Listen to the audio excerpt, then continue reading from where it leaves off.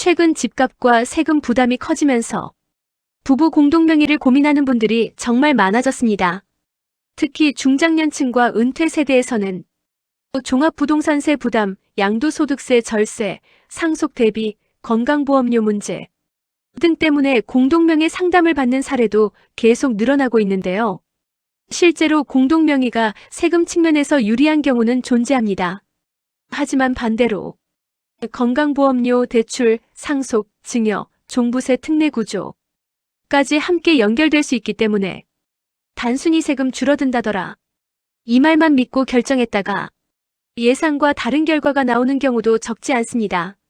특히 50대 이후에는 은퇴 준비, 건강보험료 부담, 상속 문제까지 함께 연결되기 때문에 생각보다 훨씬 신중하게 살펴보셔야 하는데요. 오늘 영상에서는 2026년 기준으로 공동명의 집의 장단점과 함께 실제로 가장 많이 헷갈려 하시는 부분들을 쉽게 정리해 드리겠습니다. 끝까지 보시면 공동명의가 유리한 경우, 오히려 불리할 수 있는 경우, 종부세 특례 핵심, 건강보험료 영향, 상속증여 주의사항까지 한 번에 이해하실 수 있습니다. 특히 많은 분들이 헷갈려 하시는 공동명의 하면 무조건 세금 줄어드는 거 아니냐? 이 부분도 오늘 정확하게 정리해 드리겠습니다. 먼저 공동명의가 무엇인지부터 간단히 설명드리겠습니다. 공동명의는 말 그대로 집의 소유권을 두 사람 이상이 함께 가지는 형태를 말합니다. 가장 흔한 형태는 부부 공동명의입니다. 예를 들어 남편 50%, 아내 50%, 7대3, 9대1처럼 지분 비율을 나누어 등기하는 방식인데요. 등기부등본에도 각각의 지분 비율이 표시됩니다. 최근에는 세금 부담 완화, 재산 분산, 상속 대비, 부부 공동 재산 관리 등의 이유로 공동명의를 선택하는 사례가 계속 증가하고 있습니다. 특히 집값이 많이 오른 이후에는 단독명의보다 공동명의가 낫다더라 이런 이야기를 듣고 관심 가지시는 분들이 굉장히 많아졌는데요. 다만 여기서 중요한 부분이 있습니다. 공동명의는 단순히 이름만 같이 올리는 문제가 아닙니다. 세금뿐 아니라 건강보험료, 금융구조, 상속, 증여까지 연결될 수 있기 때문에 단순히 주변 이야기만 듣고 결정하시면 위험할 수 있습니다. 실제로는 사람마다 상황이 너무 다르기 때문에 누군가는 공동명의가 유리하고 누군가는 단독명의가 더 유리한 경우도 존재합니다. 그래서 오늘 영상에서는 그 차이를 현실적으로 쉽게 설명드리겠습니다. 공동명의를 고민하는 가장 큰 이유 중 하나는 바로 종합부동산세 때문입니다. 흔히 종부세라고 많이 부르시죠. 종부세는 일정 기준을 초과하는 고가 주택 보유자에게 부과되는 세금인데요. 여기서 중요한 핵심은 종부세가 사람별 과세 구조라는 점입니다. 2026년 기준으로 보면 1세대 1주택 단독명의는 기본공제 12억 원 구조이고 부부 공동명의는 각각 9억 원씩 총 18억 원 공제 구조가 적용됩니다. 즉 공동명의 상태에서는 부부가 각각 공제를 받는 구조이기 때문에 기본공제 자체는 더 커질 수 있습니다. 그래서 집 가격에 따라서는 공동명의가 종부세 부담을 줄이는 데 유리한 경우가 실제로 존재합니다. 그런데 여기서 많은 분들이 가장 헷갈려 하시는 부분이 나옵니다. 인터넷에서 공동명의 하면 최대 80% 공제 가능 이런 식으로 잘못 알고 계시는 경우가 있는데요. 이 부분은 정확하게 이해하셔야 합니다. 공동명의 기본 상태에서는 원칙적으로 고령자 세액공제, 장기 보유 세액공제를 적용받지 못합니다. 반대로 단독명의 1세대 1주택자는 고령자 세액공제, 장기 보유 세액공제를 함께 적용받을 수 있고 2026년 기준으로 최대 80%까지 세액공제가 가능한 구조가 존재합니다. 즉 구조를 쉽게 정리하면 공동명의 기본 상태 18억 공제 가능 대신 최대 80% 세액공제 없음. 단독명의 1주택 12억 공제 대신 최대 80% 세액공제 가능. 이런 차이가 생길 수 있는 겁니다. 그래서 단순히 공동명의가 무조건 유리하다. 이렇게 단정하시면 안 됩니다. 집가격, 보유기간, 나이 등에 따라 실제 결과가 달라질 수 있기 때문입니다. 그런데 여기서 반드시 알아야 하는 제도가 하나 더 있습니다. 바로 부부 공동명의 1세대 1주택 특례입니다. 이 제도를 신청하면 공동명의라도 단독명의 1세대 1주택자처럼 간주해서 종부세를 계산할 수 있습니다. 즉 공동명의 특례 신청 시 12억 공제 적용. 그리고 대신 고령자 세액공제 장기보유 세액공제를 적용받을 수 있는 구조가 되는 겁니다. 그리고 이 공제는 합산 최대 80%까지 가능합니다. 예를 들어 만 70세 이상 고령자 공제 장기보유 공제 등을 합산해서 최대 80%까지 공제 가능한 구조가 존재하는데요. 다만 여기서 또 중요한 부분이 있습니다. 이 특례는 자동 적용이 아닙니다. 직접 신청해야 합니다. 보통 매년 9월 중순부터 9월 말까지 신청하며 연도별로 시작일이 조금씩 달라질 수 있습니다. 그리고 종부세 신고 기간에 다시 신고하는 방식으로 적용 가능한 경우도 존재합니다. 즉 공동명의에서는 일반 공동명의 방식이 유리한지 특례 방식이 유리한지 해마다 비교가 중요할 수 있습니다. 실제로 홈택스 종부세 모의 계산 등을 통해 비교해보는 사례도 굉장히 많습니다.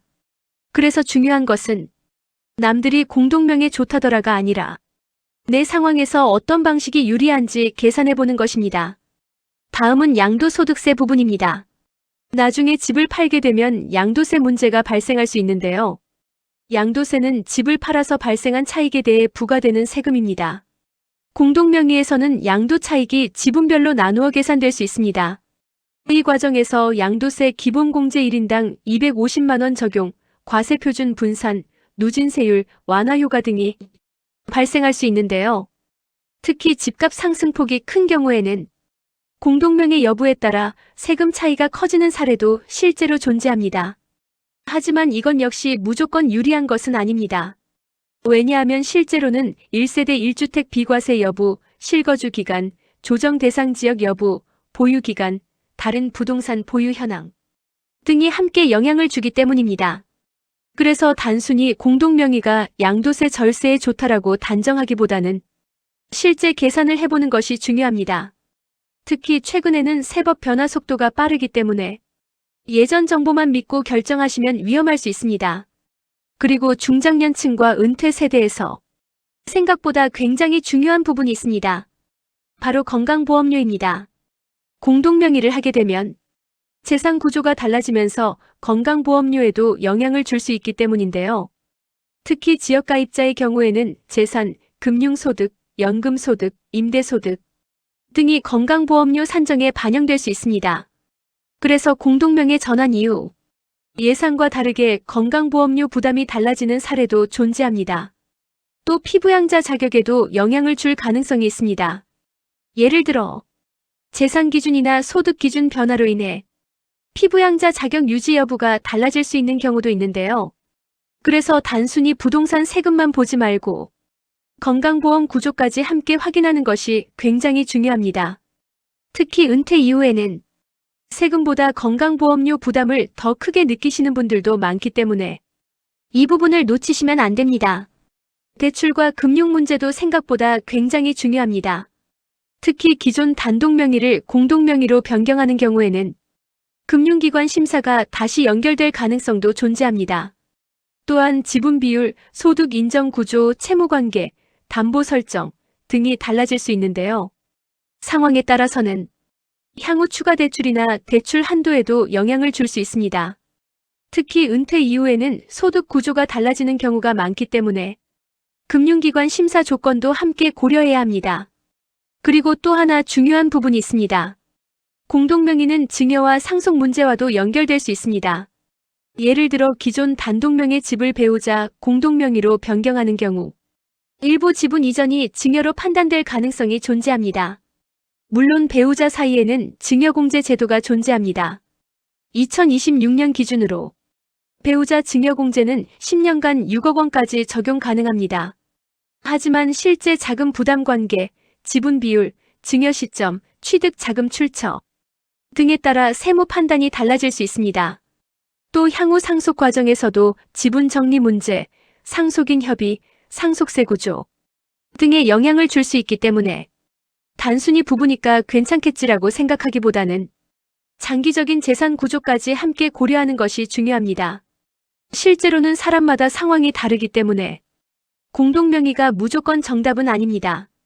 예를 들어 고령자 세액공제가 큰 경우, 장기 보유 공제가 중요한 경우, 건강보험 피부양자 유지가 중요한 경우, 향후 상속 구조가 복잡한 경우, 대출 계획이 중요한 경우에는 단독 명의가 더 유리할 수 있습니다. 반대로 종부세 부담이 큰 경우, 양도세 절세 효과가 필요한 경우, 재산 분산 목적이 있는 경우, 부부 공동 재산 관리 목적 등에서는 공동 명의가 유리한 사례도 존재합니다. 결국 가장 중요한 것은 남들이 하니까가 아니라 내 상황에 맞게 계산해 보는 것입니다. 그리고 마지막으로 꼭 기억하셔야 할 부분이 있습니다. 공동 명의는 단순히 이름만 나누는 문제가 아닙니다. 세금, 건강보험료, 상속, 증여, 대출까지 함께 연결될 수 있는 중요한 결정입니다. 특히 최근에는 부동산 세금 제도와 건강보험 제도가 계속 바뀌고 있기 때문에 예전 정보만 믿고 결정하면 예상과 다른 결과가 나올 수도 있습니다. 그리고 현재 2026년 기준으로는 종부세와 장기 보유 공제 구조에 대한 개편 논의도 계속 언급되고 있는 상황입니다.